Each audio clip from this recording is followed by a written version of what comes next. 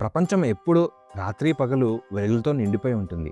కానీ ఈరోజు రాత్రి ప్రపంచం చీకటవబోతుంది.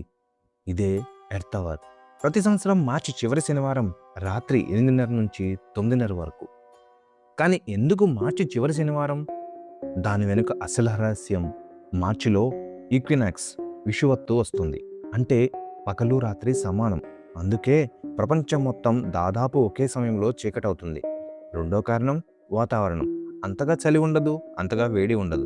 ఒక గంట ఏసీలు, హీటర్లు ఆపినా ఇబ్బంది ఉండదు.